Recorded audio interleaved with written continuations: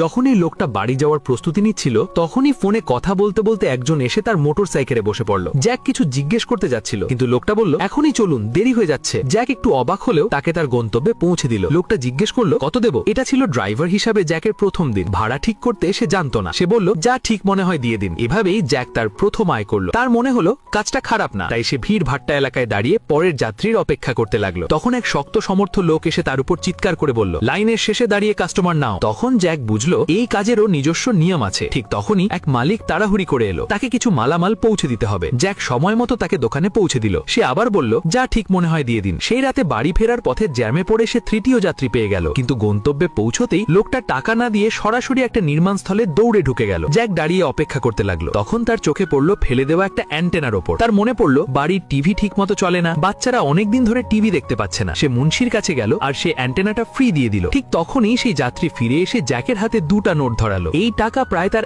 1 মাসের বেতনের সমান ছিল। জ্যাক টাকা ফেরত দিতে চাইল, কিন্তু লোকটা হেসে চলে গেল। জ্যাক অনেকক্ষণ নোটগুলোর দিকে তাকিয়ে রইল, তারপর শেষমেশ রেখে দিল। আজকের দিনটা তার জন্য বিশেষ ছিল। সে আয়ও করেছে, আবার বাচ্চাদের জন্য অ্যান্টেনাও নিয়ে এসেছে। পথে এক ফলওয়ালাকে দেখে জীবনে প্রথমবার সাহস করে 2 কেজি ফল কিনলো, কিন্তু ভাগ্য আবার খেলা খেললো। রাস্তার মধ্যে থলেটা ফেটে ফলগুলো মাটিতে পড়ে গেল। বাড়ি গিয়ে জ্যাক অ্যান্টেনা লাগিয়ে দিল। তার মন গর্বে ভরে গেল। সবই তার মোটর সাইকেলের জন্য সম্ভব হয়েছে। সেই রাতে বাচ্চাদের সাথে মিলে সে বাইক ধুয়ে পরিষ্কার